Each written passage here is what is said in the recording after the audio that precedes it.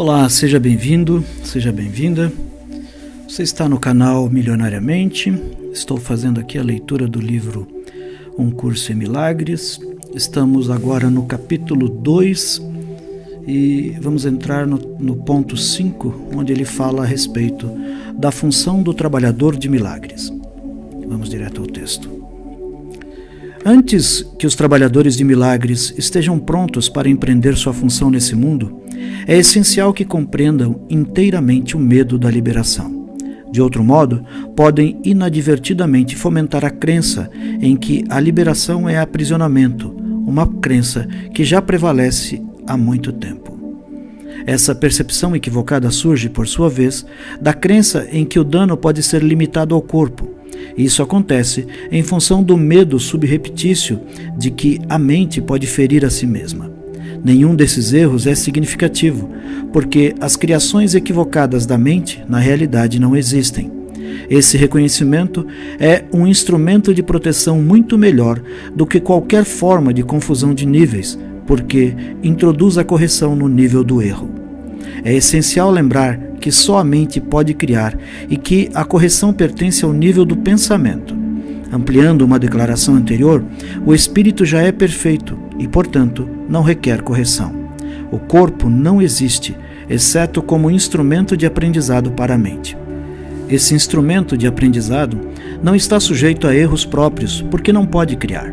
É óbvio, então, que induzir a mente a desistir de suas criações equivocadas é a única aplicação da capacidade criativa que é verdadeiramente significativa. Mágica é o uso da mente de forma criativa, porém equivocada ou não mental.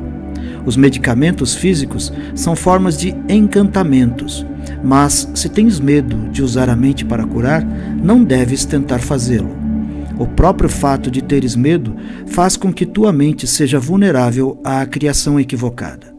Estás, portanto, propenso a compreender de forma equivocada qualquer cura que possa ocorrer, e como o egocentrismo e o medo usualmente ocorrem juntos, podes ser incapaz de aceitar a fonte real da cura.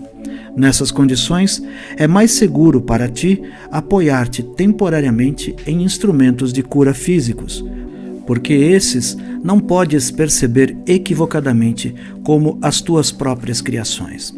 Enquanto persistir o teu sentimento de vulnerabilidade, não deves tentar apresentar milagres. Eu já disse que milagres são expressões da mentalidade disposta para o milagre, e essa mentalidade milagrosa significa mentalidade certa. Aquele que tem a mentalidade certa não exalta nem deprecia a mente do trabalhador de milagres ou a de quem o recebe. Todavia, como uma correção, o milagre não precisa esperar que a mentalidade daquele que recebe esteja disposta para o que é certo. De fato, seu propósito é restaurá-lo à sua mente certa. É essencial, porém, que o trabalhador de milagres esteja em sua mente certa, mesmo que por um breve período de tempo, ou será incapaz de restabelecer a mentalidade certa em outra pessoa. O curador que confia em sua própria prontidão está colocando em perigo a sua própria compreensão. Tu estás perfeitamente seguro enquanto estás completamente despreocupado com a tua prontidão, mas mantens uma confiança consistente na minha. Se as tuas inclinações para trabalhar em milagres não estão funcionando adequadamente, isso sempre acontece, porque o medo introduziu-se na tua mentalidade certa e a virou de cabeça para baixo. Todas as formas da mentalidade disposta para o que não é certo são o resultado da recusa em aceitares a expiação para ti mesmo. Se tu a aceitas, estás em posição de reconhecer que aqueles que necessitam de cura são simplesmente aqueles que não compreenderam que a mentalidade certa é a cura em si mesma. A única responsabilidade daquele que trabalha em milagres é aceitar a expiação para si mesmo.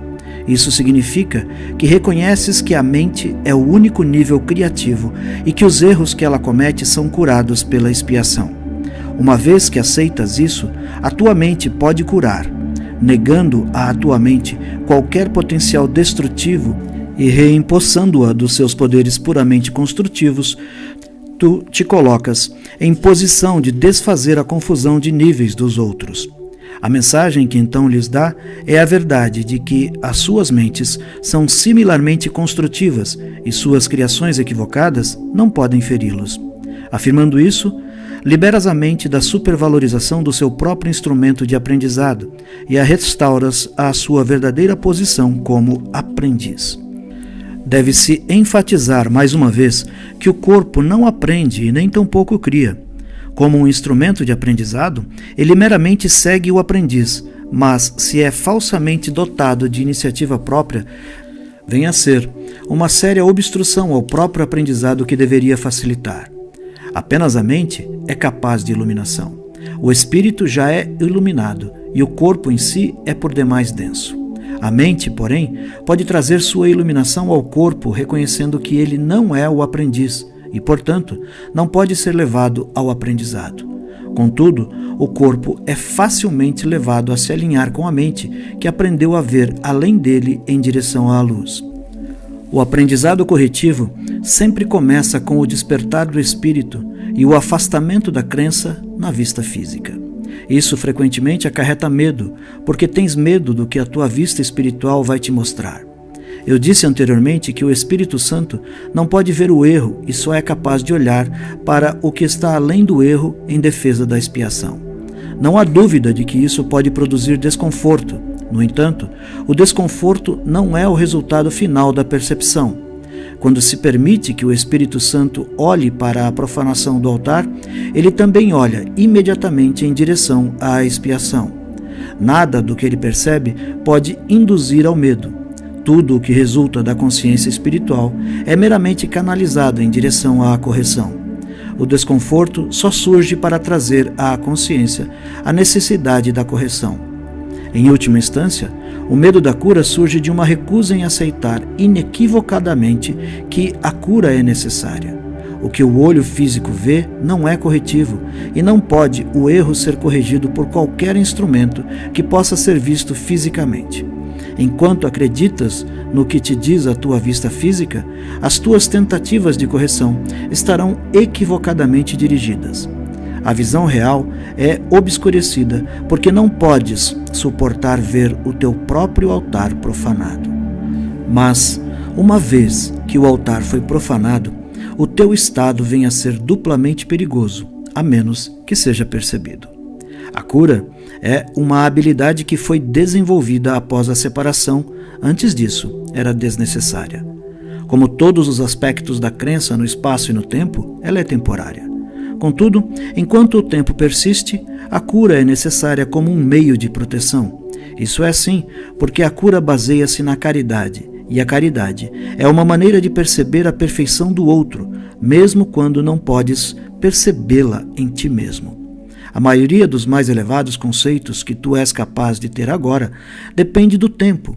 A caridade é realmente um reflexo mais fraco de uma abrangência do amor muito mais poderosa, que está muito além de qualquer forma de caridade que possas conceber por enquanto.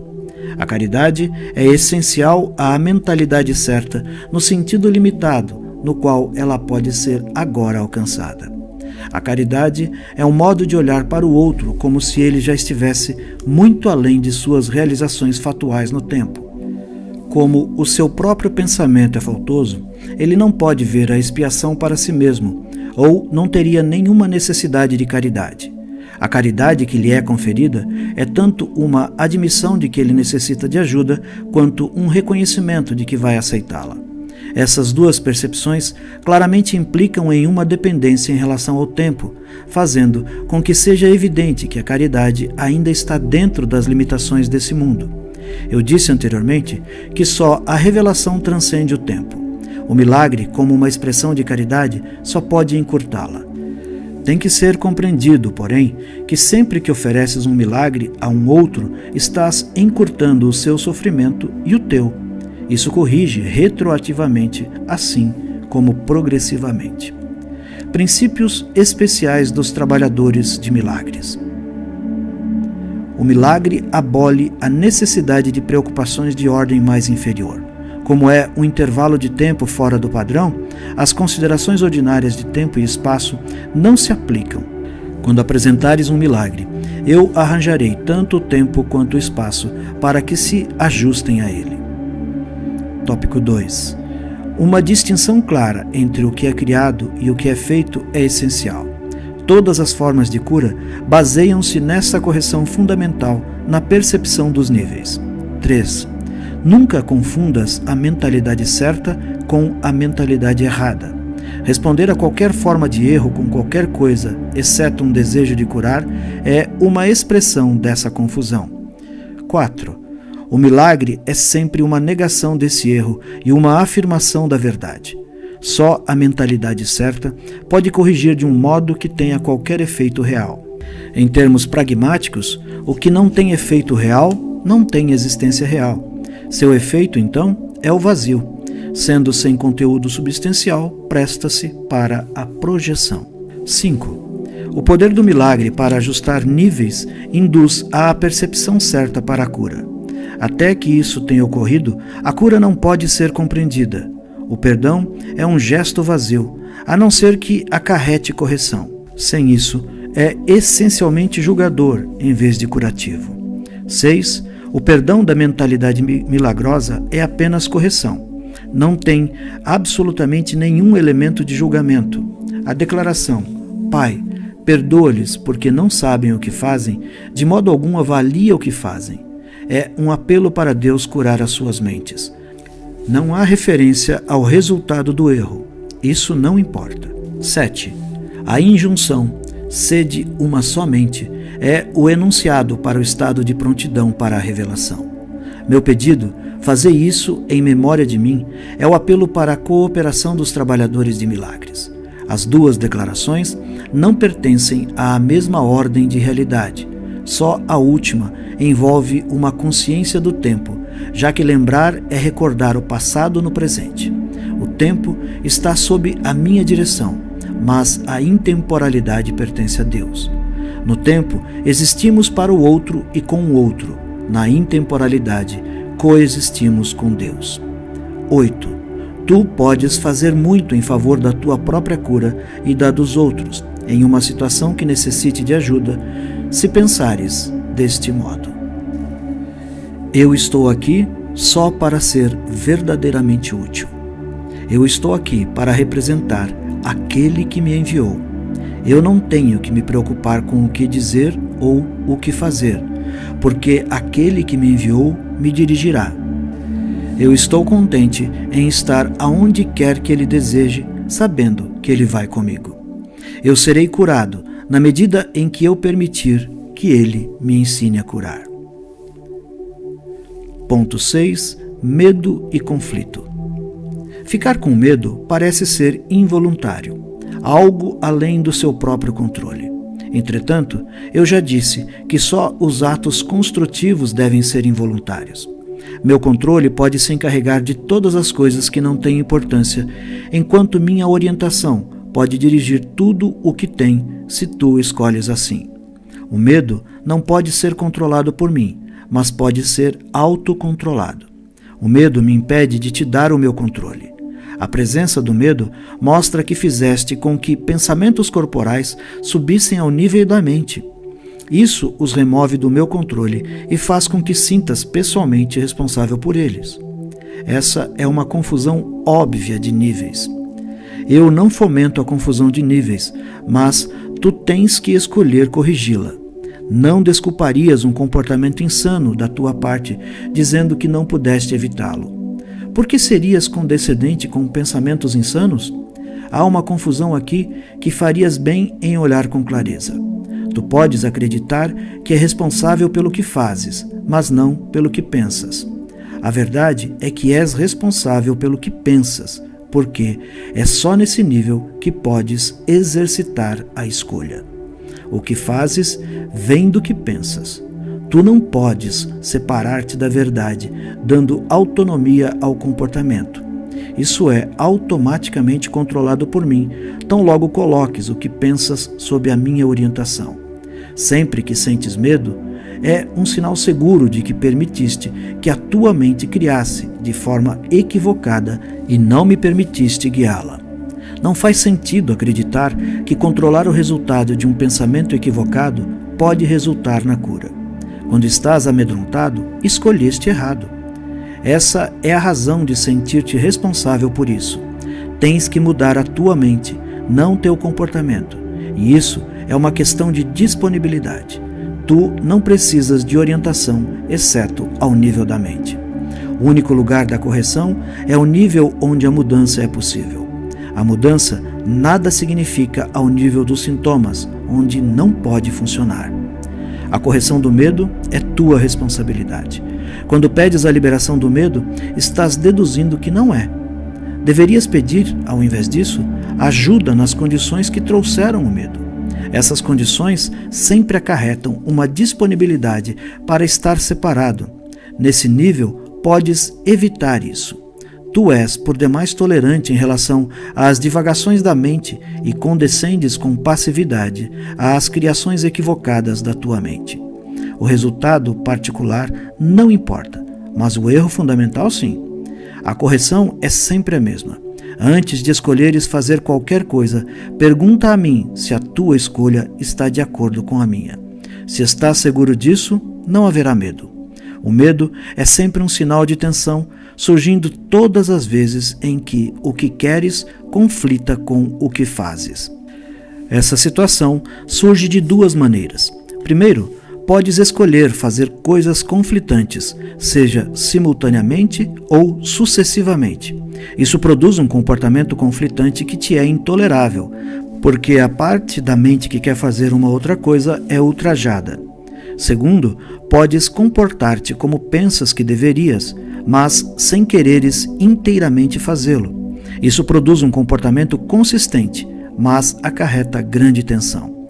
Nos dois casos, a mente e o comportamento estão em desacordo, resultando em uma situação na qual tu estás fazendo o que não queres totalmente fazer. Isso faz surgir um senso de coerção, que usualmente produz fúria, e a projeção está propensa a vir em seguida. Sempre que há medo, é porque ainda não escolheste em tua mente. Portanto, a tua mente está dividida e o teu comportamento inevitavelmente vem a ser errático. A correção ao nível do comportamento pode deslocar o erro do primeiro para o segundo tipo, mas não obliterará o medo.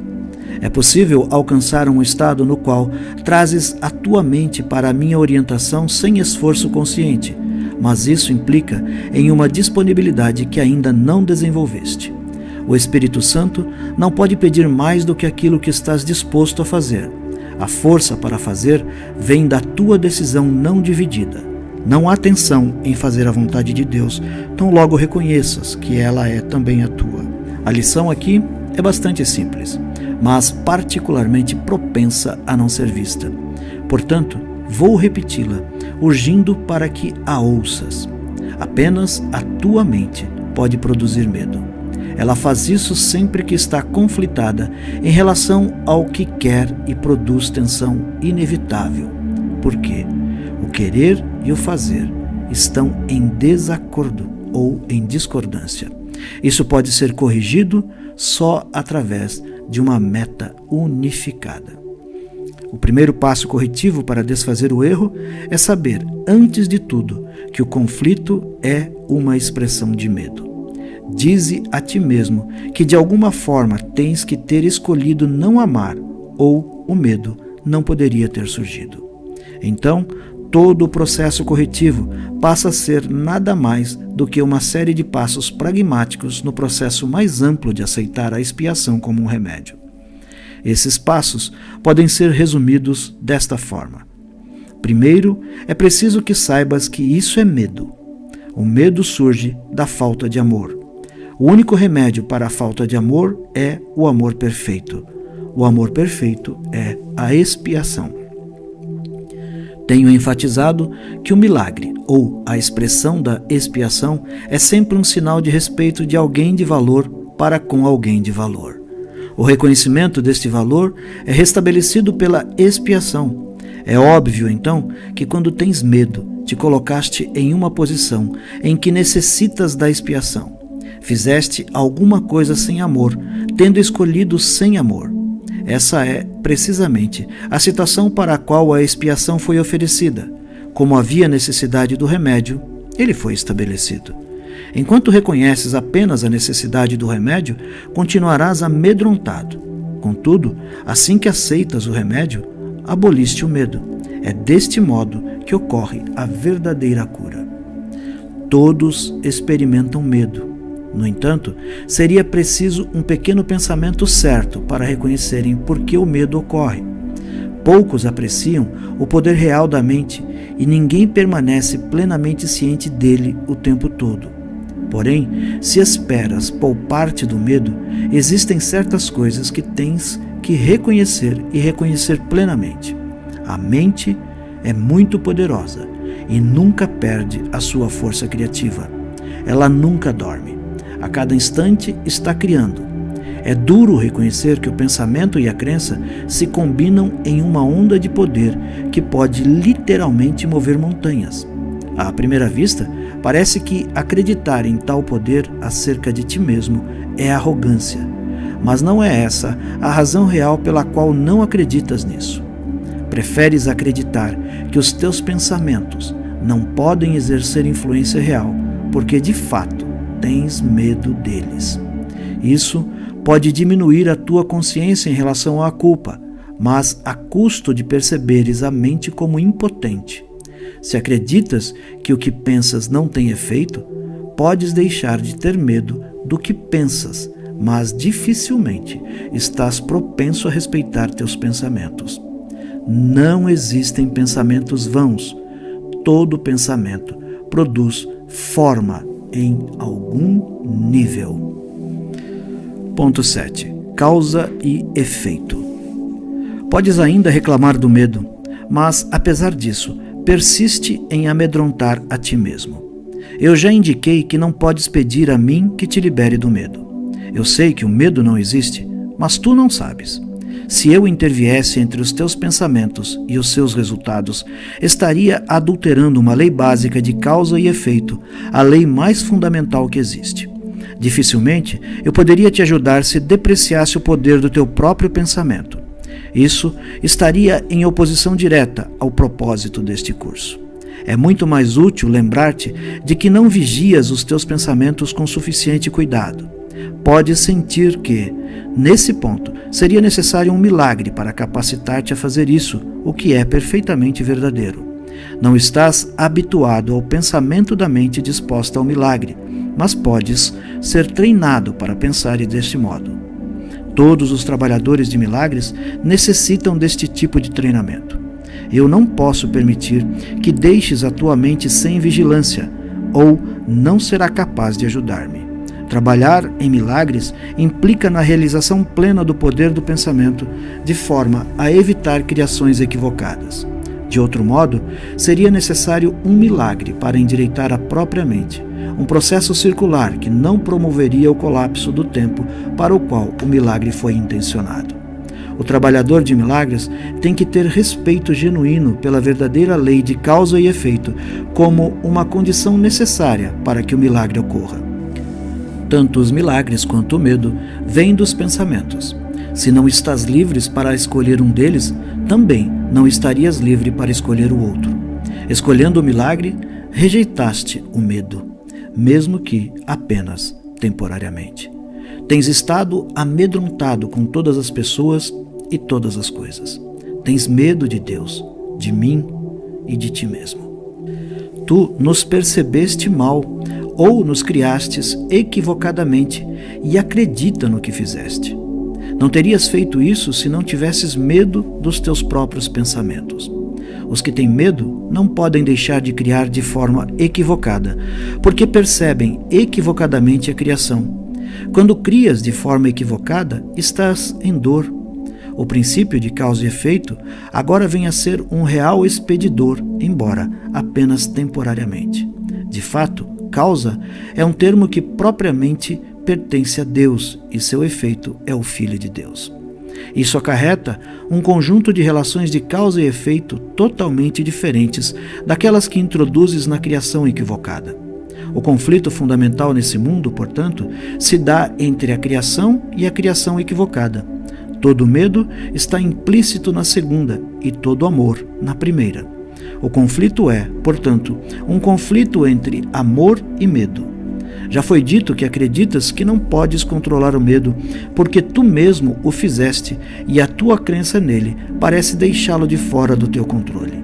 No entanto, qualquer tentativa de resolver o erro tentando dominar o medo através da maestria é inútil. De fato, ela afirma o poder do medo pela própria suposição de que o medo tem que ser domado. A verdadeira solução baseia-se inteiramente na maestria através do amor. Nesse ínterim, contudo, o senso de conflito é inevitável, já que te colocaste em uma posição na qual acreditas no poder que não existe. Nada e tudo não podem coexistir. Acreditar em um é negar o outro. O medo, na realidade, é nada e o amor é tudo. Sempre que a luz penetra na escuridão, a escuridão é abolida. O que acreditas é verdadeiro para ti. Nesse sentido, a separação ocorreu e negá-la é meramente usar a negação de maneira imprópria. Porém, concentrar-te no erro é apenas mais um erro. O procedimento corretivo inicial é reconhecer temporariamente que existe um problema, mas só como uma indicação de que é necessária uma correção imediata. Isso estabelece um estado na mente na qual a expiação pode ser aceita sem adiamento. Contudo, deve-se enfatizar que, em última instância, nenhuma transigência é possível entre tudo e nada. O tempo é essencialmente um instrumento através do qual pode-se desistir de toda a transigência a esse respeito. Ele apenas parece ser abolido por etapas, porque o tempo em si mesmo envolve intervalos que não existem. A criação equivocada fez com que isso fosse necessário como medida corretiva. A declaração, porque Deus amou ao mundo de tal maneira que deu o seu Filho unigênito, para que todo o que nele crê não pereça, mas tenha a vida eterna, só precisa de uma leve correção para ser significativa nesse contexto. Ele deu ao seu Filho unigênito. Deve-se notar especialmente que Deus só tem um filho. Se todas as suas criações são seus filhos, cada um tem que ser uma parte integral de toda a filiação. A filiação, em sua unicidade, transcende a soma de suas partes. Todavia, isso fica obscuro enquanto qualquer uma de suas partes está faltando. É por isso que, em última instância, o conflito não pode ser resolvido até que todas as partes da filiação tenham retornado. Só então pode o significado da integridade em seu verdadeiro sentido ser compreendido. Qualquer parte da filiação pode acreditar no erro ou no incompleto, se assim escolher. Todavia, se o faz, está acreditando na existência do nada. A correção desse erro é a expiação.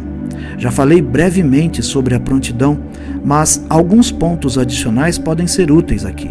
A prontidão é apenas o pré-requisito para a realização. As duas não podem ser confundidas.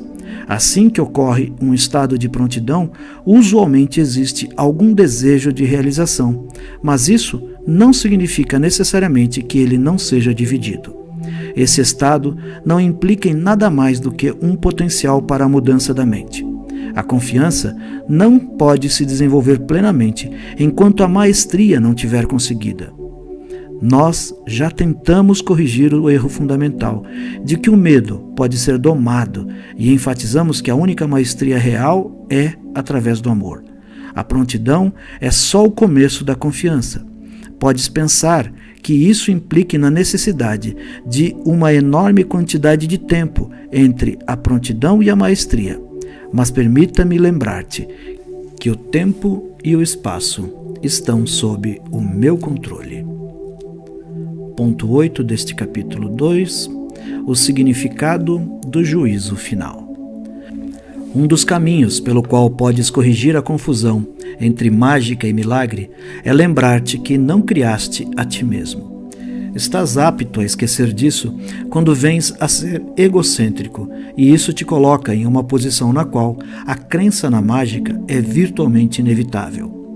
A tua vontade de criar-te foi dada pelo teu Criador, que estava expressando a mesma vontade na sua criação. Como a capacidade criativa reside na mente, tudo o que crias não pode deixar de ser uma questão de vontade. Daí também decorre que qualquer coisa que faças sozinho é real no teu modo próprio de ver, embora não na mente de Deus. Essa distinção básica conduz diretamente ao real significado do juízo final.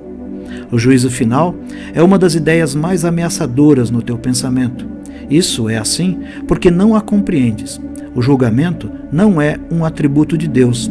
Veio a ser só depois da separação, quando tornou-se um dos muitos instrumentos de aprendizado a ser anexado ao plano geral.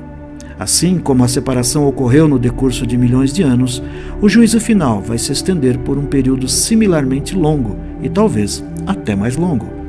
A sua duração, porém, pode ser muito reduzida pelos milagres, o instrumento que encurta, mas não abole o tempo. Se um número suficiente de pessoas vem a ter, na verdade, a mentalidade milagrosa, esse processo de encurtamento pode ser praticamente imensurável. Contudo, é essencial que tu te libertes do medo com rapidez, porque tens que emergir do conflito se vais trazer a paz a outras mentes. Em geral, se considera o juízo final como um procedimento empreendido por Deus. De fato, será empreendido por meus irmãos com a minha ajuda. É uma cura final, ao invés de um acerto punitivo, por mais que possas pensar que a punição é merecida. A punição é um conceito totalmente oposto à mentalidade certa, e o objetivo do juízo final é restaurar em ti essa mesma mentalidade. O juízo final poderia ser chamado de um processo de avaliação certa. Simplesmente significa que todas as pessoas finalmente virão a compreender o que tem valor e o que não tem. Depois disso, a capacidade de escolher pode ser dirigida racionalmente. Até que essa distinção seja feita, porém, as oscilações entre a vontade livre e a vontade aprisionada não podem senão continuar. O primeiro passo para a liberdade envolve uma seleção entre o falso e o verdadeiro. Esse é um processo de separação no sentido construtivo e reflete o verdadeiro significado do Apocalipse. Em última instância, todos olharão para as suas próprias criações e escolherão preservar somente o que é bom, assim como o próprio Deus olhou para o que ele criou e soube que era bom. Nesse ponto, a mente pode começar a olhar com amor para suas próprias criações devido ao seu valor. Ao mesmo tempo, a mente irá, inevitavelmente, repudiar suas criações equivocadas, as quais, sem crença, não mais existirão. A expressão juízo final é assustadora, não só porque foi projetada para Deus, mas também por causa da associação entre final e morte. Esse é um exemplo claro da percepção invertida. Se o significado do juízo final é objetivamente examinado, fica bastante evidente que é, na realidade, o umbral da vida. Ninguém que viva no medo está realmente vivo. Vou repetir essa frase. Ninguém que viva no medo está realmente vivo. Não podes submeter a ti mesmo ao teu próprio juízo final, porque tu não és criação tua. Podes, todavia, aplicá-lo de modo significativo e a qualquer momento a tudo o que fizeste e reter na tua memória apenas o que é criativo e bom. Isso é o que a mentalidade certa não pode deixar de ditar-te. O propósito do tempo é unicamente dar-te tempo para conseguir esse julgamento. É o teu próprio julgamento perfeito das tuas próprias criações perfeitas. Quando tudo o que retens é amável, não há razão para o medo permanecer contigo. Essa é a tua parte na expiação. Maravilhoso isso, hein? Muito bem, terminamos então a leitura do capítulo 2. No próximo vídeo vamos nos encontrar amorosamente com carinho profundo para o capítulo 3 e iniciaremos o entendimento sobre a percepção inocente. Agradeço a sua presença amada aqui no canal. Se você é novo por aqui, inscreva-se, curta, deixe os seus comentários, isso ajuda bastante. E agradeço com o coração bem aberto às pessoas que têm contribuído através do Pix aí. Isso tem